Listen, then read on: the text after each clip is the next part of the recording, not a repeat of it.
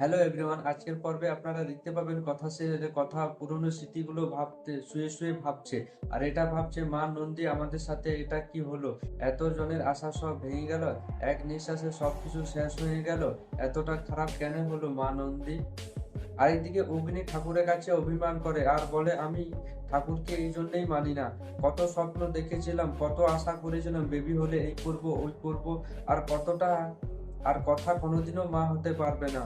কেন এমনি করলে ঠাকুর? ছোটবেলা থেকে আমি কষ্ট পেয়ে পেয়ে এসেছি, আমি ইমোশনাল স্ট্রং, তাই বলে আমি কি কষ্ট পাচ্ছি? এভাবে অগ্নি বলে ঠাকুরের কাছে। আরেকদিকে কথা বাড়ি যাবার জন্য ছটফট করে আর বলে, আমার বাড়ির অবস্থা খুব খারাপ, ওদের কাছে আমাকে যেতে হবে, আমাকে ছেড়ে দাও, আমার ছেলেটাকে তো বাঁচাতে পারলেই না, তা আমি থেকে কি করব এখানে। এভাবে কথা বলে ম্যাডামকে।